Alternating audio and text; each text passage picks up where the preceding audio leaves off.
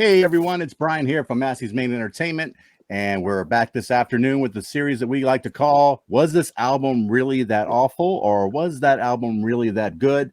And today, kind of focusing a little bit on the awful. And I'm joined today by my buddies, Rich Strickler. Rich, how you doing? What's going on? Doc, how's it going? I figure for this one, I'll say hello. Is there anybody out there? Maybe that's the most important type of thing here for if you're going to do Pink Floyd, I suppose. Rich, Doc, and I are part of the Authentic Hall of Fame series as well over on Rich's channel, so be sure to check that out. And Rich and I are we hang out on Fridays for a CD exchange with Glenn Kellaway from The Basement and Randy Nelson and the Canadian stud muffin Larry Graves. So today we are going to be focusing on an album that I feel like it was kind of an extension of The Wall. Even kind of expositionally, the character was still named like Pink in the album. So the album is usually attacked for being more of an adventure without David Gilmour, and musically criticized for being very diminished, mostly spoken word. And we are talking about The Final Cut by Pink Floyd. Released in the early spring of 1983 under Columbia Records, The Final Cut was plagued by conflicts among members of the band and is largely considered a solo project by Roger Waters and is only a Pink Floyd album by name.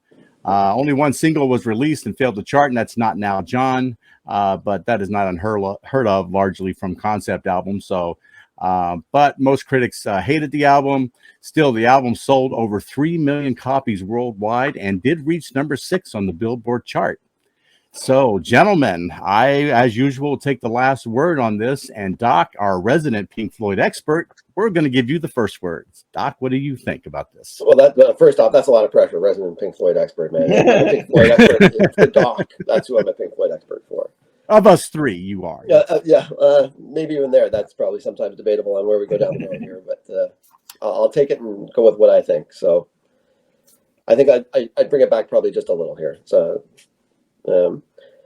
the generality of what you just covered off, I might just take a minute just to touch on this, if that's okay, Brian. So, right. Sure.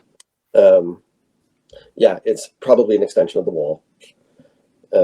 Waters wrote all the tunes on this one.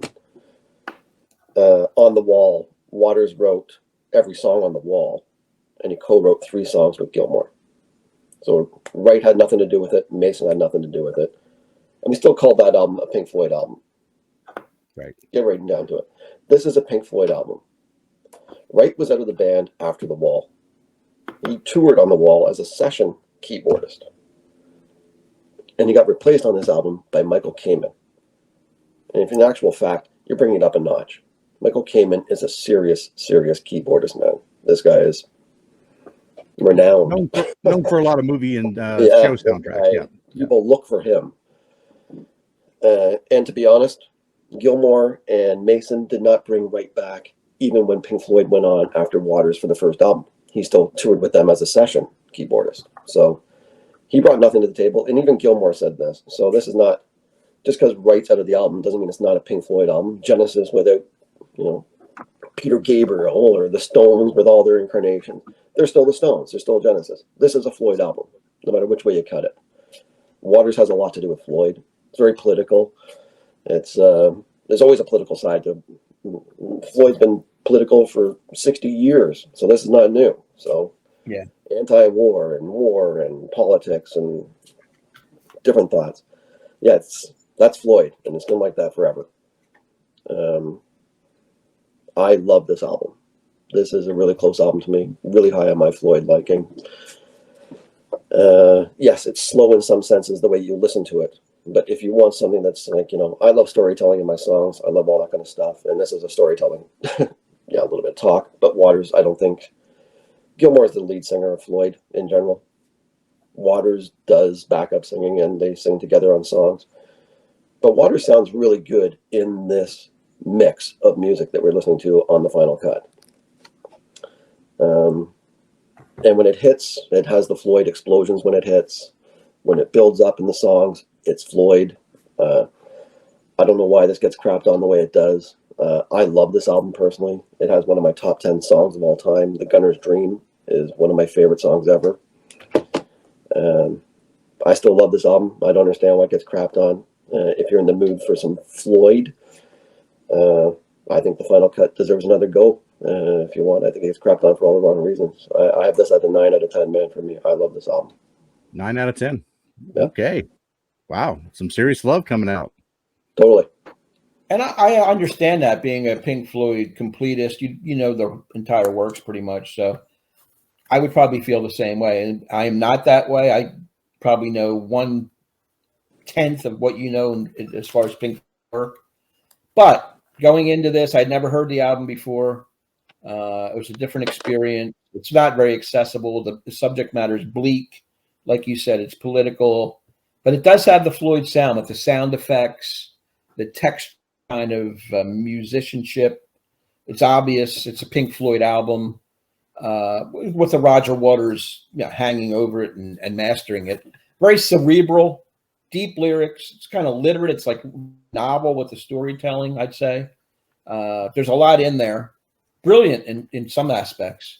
If you like the pacing of it and you just want to be, that's fine. It's not the kind of album I listen to, but that's just personal. But sitting back and being objective about it, I think there's a lot of good stuff in this album and a lot to think about. His father was killed in World War II, and that sets a lot of the stuff in motion as far as his feelings and that type of stuff, and the fear and pain that he's carrying around and memories, all that lyrics. The music, Pink Floyd-ish. It's got that whole vibe going on. So my favorite songs on here, I maybe I need to listen to the game again because it's not one that I wrote. I like Your Possible Past, Southampton Dock. I like the title track, The Final Cut, and Two Suns in the Sunset. A lot of the slower stuff really hit home with. It's not a bad listen for 46 minutes if you have the time to really read the lyrics, put the headphones on, and sort of sink into it. I'm going to give this album a 7.5 first listen for me. Wow, still pretty good from you, Rich. That's not bad. Yeah. Yeah, it's good. It could grow on me. Yeah, I mean, this was I had listened to it probably about a year ago, and then I listened to it again when I did a quasi Pink Floyd run. I own the album, so I do have it. I'm trying to do that completist mentality. Well, whether I like it or not, you want to try to get it right. I still felt like on these couple listens, I thought it still had a lot of story over sound, and maybe that's intentional because of the subject matter. But I'm so used to these grand atmospheric feelings that I get from Pink Floyd albums, from Dark Side and Animals and Wish You Were Here, especially these grandiose sounds, that it just wasn't a lot of that. It just seemed like when they wanted things to pick up, they didn't musically pick them up. He just seemed to talk louder, and the noises and the background seemed to just get louder. So that was kind of a turn off for me. It did feel like it was a part 2 of The Wall. Not that would be a bad thing, because I mean, I really enjoy The Wall. Like you guys said, talks about the repercussions of war, very dense subject matter. Hero's Return, to me, this is what I noticed. Hero's Return had the same guitar riff as Run Like Hell. And then there was another one down here too. Another track, Final Cut track, also has, if you listen really close, the Comfortably Numb riff in the background. So it's like there's some repeating stuff there. Now both songs are from The Wall, so that's okay if this is an extension of The Wall. But if this was supposed to be something else apart from that, then I felt like, well, that just feels a little too convenient for me. But not that they were bad. I mean, those are 2 songs that I actually liked off of there. I think for Pink Floyd fans, they definitely need to listen to this album. Me personally, if I'm going to go Roger Waters, I'm going to go Amused to Death, which I enjoyed a great deal. Even though that it feels like kind of the same type of album, it had more musical components for me to kind of latch on to, which I enjoyed a little bit more. But I did give the album a 7.0. So I thought that was as fair as I could be. I mean, it's still an important album to listen to if you want to get into Pink Floyd, or if you just want to run that discography.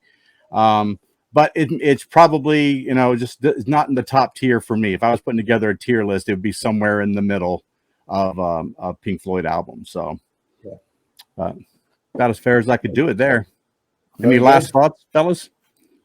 Three different vibes for the same album, man. That's what you get musically with everything, right? So that sounds about right to me. Like I said, it flies somewhere in the middle there. It's in there somewhere, and I think each person that listens to it is going to have a different subjective point of view on I'm really good at math, Brian. So it averages out. It's an 8.75. I can do the math. Yeah, that's funny. Well, anyway, I mean, I think, you know, even though we differ a bit, I do say that it's safe to say that the band Pink Floyd is better when they do stuff together. I will say that. I feel that in my heart, that when they're together doing stuff, it's far superior than the stuff where they try to go it alone. I think that, I don't know if you guys agree with that. Sure. I mean, Floyd is Floyd, man. I'm sure that every band was that way. So I would say for sure, but still a Floyd album in my eyes, buddy. So Well, anyway, join us next week when we'll be focusing on just one album, and that album really good? We're going to be focusing on the iconic Radiohead's OK Computer, which will be I imagine we'll have 3 different views on that album as well. You know, maybe just one good view, and I don't know how it's going to pan out, but it'll be fun doing it anyway. We want to thank everybody for watching. We really appreciate it, and all the best to all of you guys. Take care out there. Bye-bye. Peace out. Later. Bye.